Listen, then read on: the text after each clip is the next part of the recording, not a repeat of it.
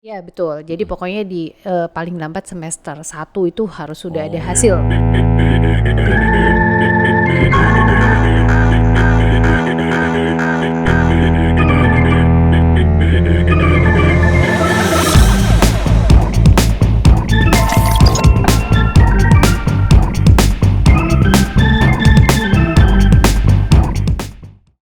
Assalamualaikum warahmatullahi wabarakatuh. Halo sahabat duta, bertemu kembali pada podcast PMO DJPB di tahun 2021. Pada podcast kali ini kita akan membahas mengenai capaian platform pembayaran pemerintah di tahun 2020 dan rencana implementasinya nanti di tahun 2021. Pada podcast kali ini kita akan mengundang narasumber yaitu Ketua Pelaksana Harian PMO DJPB, Ibu Yanjen Nurieni. Apa kabar Ibu? Baik Mas Sehat Ibu ya? Tony, sehat, alhamdulillah. Nah, ini baju kita samaan ini Bu, Iya nih sama-sama Mas Tony, ini baju. spesial nih hari ini tanggal 14 Januari itu adalah Hari Bakti Perbendaraan. Dan hari ini kita semua memakai seragam baru kita Seragam baru nih. Bu ya? Ya, yang akan Ya. dipakai di setiap hari Kamis di awal bulannya ya, di setiap bulannya ya. Minggu pertama Ibu ya. Minggu pertama. Ini Bu, jadi untuk podcast kali ini kita sudah pernah membahas mengenai platform pembayaran pemerintah di episode yang pertama. Waktu itu kita mengundang Bapak Direktur, Bapak Agung Yulianta, yang juga Ketua PMO DJPB. Nah, kita nih kali ini pengen ngebahas lagi nih Bu. Kebetulan kita pengen bahas mengenai capaiannya di tahun 2020 dan apa nanti rencananya yang untuk kedepannya tuh Bu di 2021. Gitu Bu ya. Oke, boleh Mas Tony. Tapi sebelumnya boleh nggak saya sapa dulu nih sahabat-sahabat kita semua? Oh silakan boleh Bu, Ya. silakan. Halo sahabat duta semuanya di seluruh Indonesia. Salam sehat, salam semangat untuk kita semua. Dan mudah-mudahan di tahun 2021 ini kita tetap semangat. Masih di tengah-tengah pandemi COVID ini, tapi tetap kita tidak boleh menyerah pada keadaan, tetap kreatif, inovatif, dan produktif. Oke, tuh sahabat duta. Udah mantep banget kan? Yang penting kita harus tetap sehat, semangat untuk menghadapi tahun 2021 agar kita bisa lebih baik di tahun ini ya. Nah, jadi begini Bu, saya tuh pengen nanya, apa sih Bu capaian yang sudah kita capai di tahun 2020 ini terkait dengan platform pembayaran pemerintah? Oke, Mas Tony. Jadi sebelumnya di podcast sebelumnya Pak Direktur sudah menjelaskan ya Iya. terkait dengan platform pembayaran pemerintah secara konsepsi gitu ya, dan apa yang akan dilaksanakan di Indonesia. Nah, di tahun 2020 itu kita harus sudah implementasi. Iya. Nah, ditandai dengan apa? Dengan piloting. Pilotingnya itu adalah pembayaran untuk payroll atau gaji ya, dan juga common expenses. Common expensesnya ini adalah pembayaran telepon dengan Telkom ya, dan listrik dengan PLN gitu. Nah, di tahun 2020 itu kita harus membuat unit pengelolanya dulu. Karena memang belum ada gitu ya. Karena Jadi ini benar-benar baru ya Bu iya, ya? belum ada. Jadi organisasinya juga belum ada gitu. Jadi kita hanya berbekal ISRBTK dan kemudian dituangkan di dalam blueprint. Nah, blueprintnya itu Kepdirjen 286 di tahun 2019 itu terkait dengan blueprint platform pembayaran pemerintah sebagai layanan share service di pembayaran pemerintah gitu. Nah, unit pengelolanya itu belum ada sehingga harus dibentuk tim ad hoc. Nah, tim ad hoc ini berdasarkan Kepdirjen 130 di tahun 130 di tahun 2020. Di situ ada beberapa pokja gitu ya. Mulai dari tim sekretariat, kemudian ada pokja pengembangan layanan, ada pokja pengembangan IT, ada pokja manajemen mutu dan hukum gitu, dan ada juga pokja operasional. Nah, inilah yang akan mengelola platform pembayaran pemerintah dulu sebelum unit dedicated ini terbentuk. Jadi yang pertama di 2020 yang terbentuk adalah unit pengelolanya dulu sebagai ad hoc.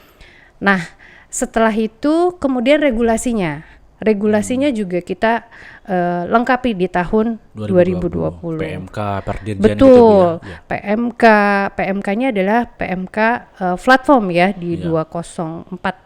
Nah, ini juga mungkin referensi untuk para sahabat duta ya. Jadi nanti ada paket regulasi untuk platform pembayaran pemerintah, ada PMK-nya, ada KMK-nya, ada perdirjennya, ada kepdirjennya, lengkap. Nah, kemudian kita juga di 2020 itu membangun sistem. Nah, ini teman-teman yang membangun sistem ini bagaimana nanti untuk gaji dulu ya, misalkan dari gaji web, kemudian nanti bisa ke Sakti dan kemudian nanti ke SPAN. Nah, gaji web ini harus interkoneksi dengan Haris. Nah, sehingga ini juga menjadi salah satu capaian kita bagaimana Haris terintegrasi dengan gaji web. Nah, kemudian ada sesuatu yang baru juga di sini nanti di-trigger oleh OTP ya. Jadi pada saat membuat SPM-nya itu, kemudian tanda tangannya kan harus elektronik. Iya. Nah, tanda Digital, tangan, Bu, ya? ya Digital betul. signature, ya. Tanda tangan elektroniknya ini saat ini yang digunakan adalah tanda tangan elektronik yang tidak tersertifikasi. Karena belum DS ya. Jadi ada suatu lambang barcode seperti itu, dia berfungsi sebagai tanda tangan basah yang di-trigger oleh OTP-nya.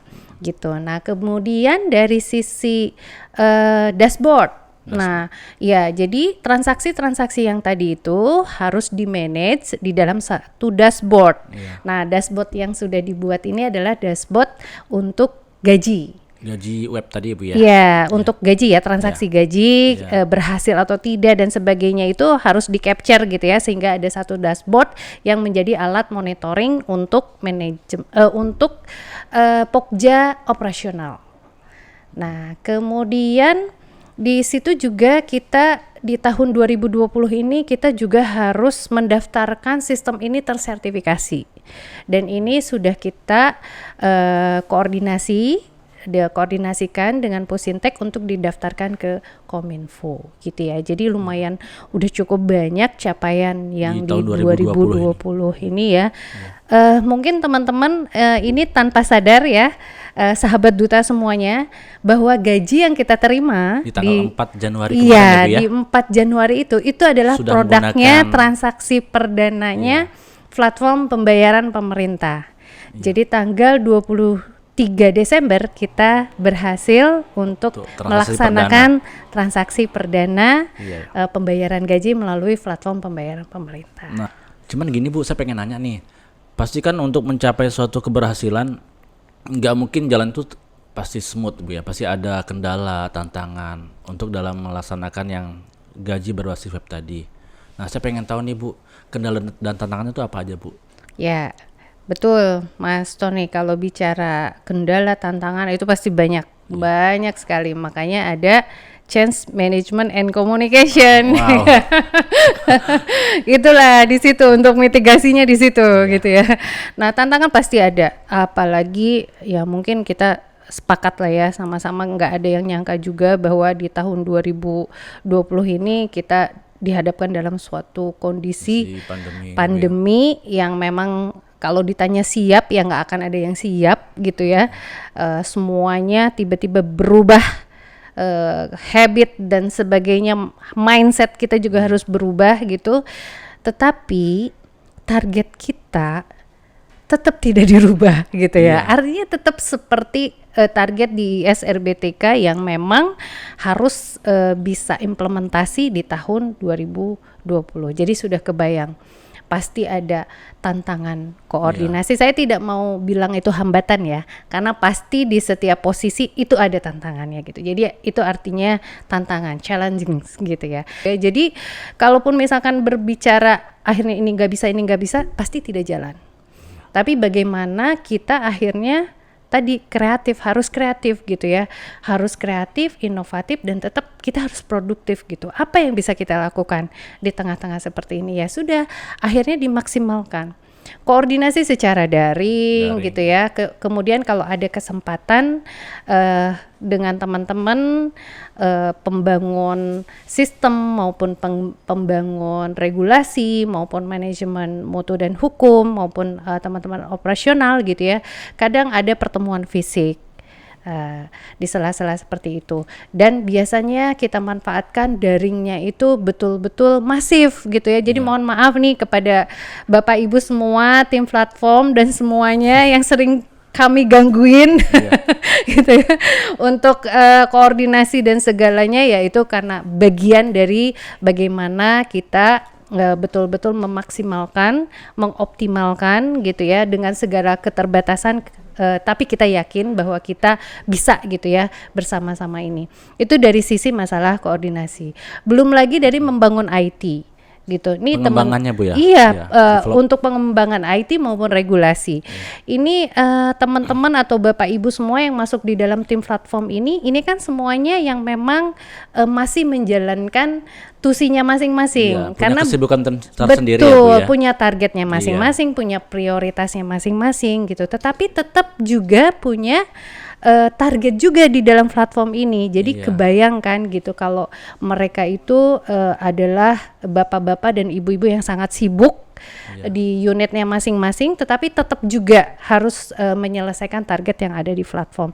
Artinya apa? Jadi extra effort semua, extraordinary semua gitu ya, baik yang membangun regulasi maupun yang membangun sistem. Saya yakin lah, jadi saya juga percaya gitu ya, teman-teman Bapak Ibu semua yang tergabung di sini, yang terlibat di dalam platform pembayaran pemerintah ini, spiritnya sangat luar biasa. Kita akan meletakkan fondasi yang sangat luar biasa untuk negara kita ini gitu ya. Digitalisasi, tapi digitalisasi yang berintegritas. Artinya semuanya itu harus kita jagain. Dari sisi keamanannya, dari sisi dia juga legal, dari sisi aspek hukumnya gitu ya. Itu dia kenapa akhirnya jangan tetap bergerak terobosan, tetapi harus hati-hati gitu. Nah, kan pasti banyak tuh, Bu, seperti yang udah Ibu ceritakan tadi, pasti banyak pihak yang terlibat. Mungkin pihak yang internal, eksternal dari luar DJPB gitu, Bu ya. Siapa aja sih, Bu, yang terlibat dalam suksesnya piloting dan platform pembayaran pemerintah ini, Bu? Ya, Mas Tony, ini tentunya melibatkan banyak pihak ya. Jadi kalau di Direktorat Jenderal Perbendaraan ini di DJPB, yang terlibat adalah UIC, Unit in Charge gitu ya. Nah, di Unit in Charge-nya itu kalau dikerucutkan kembali, mungkin ini di platform pembayaran pemerintah, ada Setdijen, kemudian ada PA, ada Dit PKN ya, ada SP, Dit SP, dan ada SITP gitu ya. Nah, kemudian untuk Satker yang pilotingnya, nah ini kan belum semua nih, karena namanya juga piloting, pasti dipilih dulu gitu ya untuk uji coba transaksi melalui platform pembayaran pemerintah ini, maka ditetapkan yaitu Satker DJPB, kemudian Satker Sekjen. Satker Sekjennya adalah yang di kantor pusat ya, Satker Sekjennya. Nah, itu yang terlibatnya. Nah, di samping itu untuk mensupport infrastrukturnya, Pusintek juga terlibat gitu ya, teman-teman Pusintek juga terlibat untuk di luar DJPB-nya ya, dan teman-teman Sekjen juga terlibat, Biro Hukum juga terlibat, Biro Umum terlibat, banyak. Dan kemudian yang di eksternalnya adalah PLN dan Telkom. Untuk yang common expense. Betul gitu ya, saat ini juga masih berproses untuk UAT. UAT-nya terkait dengan UAT dari sistemnya Sakti dengan Telkom dan dengan PLN. Begini, Bu, jadi kan untuk yang 2021 kita udah mulai nih melaksanakan UAT common expenses, Bu ya. Nah, apalagi sih, Bu, selain itu yang akan ingin dicapai di tahun 2021 ini, Bu? Ya, oke Mas Tony, dan untuk sahabat Duta juga semuanya ya. Jadi di tahun 2021 ini kita akan ada transaksi perdana untuk common expense. Kemudian kita juga akan ada agenda untuk pengkajian sertifikasi dan implementasi digital signature atau tanda tangan elektronik yang tersertifikasi ya, baik ini untuk gaji maupun untuk sakti. Nah, kemudian di 2021 ini juga ada agenda nanti mereview piloting kita. Jadi direview. Makanya di sini ada tim Pokja Setelah berapa bulan itu ya Bu? Manajemen kita mereview. mutu dan hukum. Ya betul. Jadi pokoknya di paling lambat semester 1 itu harus sudah ada hasil dari review pelaksanaan transaksi kita ya, baik itu untuk gaji maupun common expense yang melalui platform pembayaran pemerintah. Dan berikutnya ada pengkajian juga untuk perluasan. Nah, diagendakan nanti ada perluasan di satker-satker Kemenkyu yang tidak punya kantor vertikal gitu ya. Nah, misalkan DJPPR dan sebagainya, tapi ini ada kajian dulu untuk perluasan. Nah, itu kira-kira agenda di 2021. Jadi PR-nya memang makin berat gitu ya. Tetap jadi semangat ya Bu, iya, tetap harus semangat gitu. Iya. PR-nya makin berat lagi gitu karena memang di 2021 ini walaupun kita masih dalam kondisi pandemi, tapi kan tetap milestone yang sudah kita sepakati untuk ISRBTK ini tetap harus dijalankan.